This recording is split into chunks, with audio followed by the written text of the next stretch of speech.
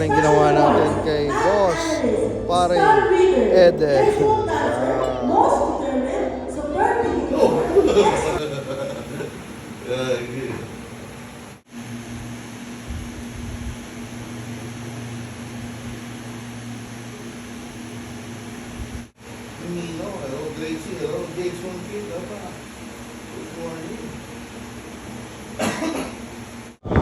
Jersey, kahit ano yan, pwede. 24/7. Pasok kayo dyan.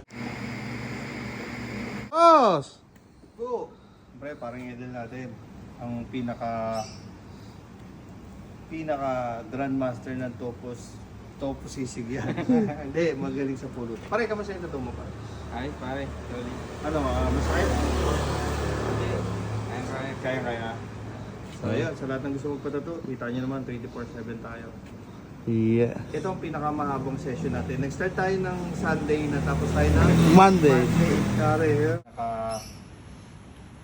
pinaka grandmaster ng Topo sisig yan. Hindi, magaling sa pulot. Pare, kamusta yung totoo mo pa? Ay, pare. Sorry.